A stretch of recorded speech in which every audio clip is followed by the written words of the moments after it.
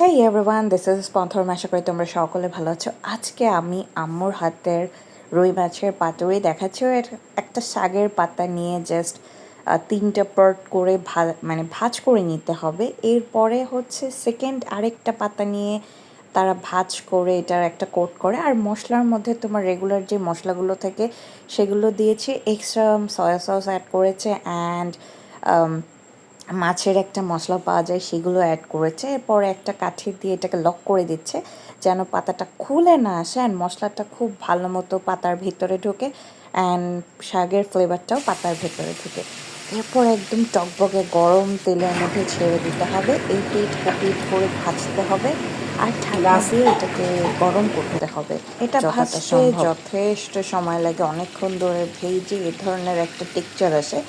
এরপর চুলা থেকে নামিয়ে ফেলতে হবে। আমি তোমাদেরকে এরপর খুলে দেখাচ্ছি যে কেমন হয়েছে দেখতে। সব কাঠিগুলো জাস্ট খুলে খুলে নিচ্ছে মাছ থেকে পাতাটা আলাদা করার জন্য। অ্যান্ড দেখো ভেতরে লালচে লালচে একটা ইয়াম্মি কালার চলে আসছে। এটা ভাত দিয়ে খেতে কিন্তু সেই মজা লাগে। এখন জাস্ট আনপ্যাক করছে, মশলা সব জড়িয়ে আছে, আর একটু পরে যখন ডেকোরেশন করা হয় খুব ভালো লাগে।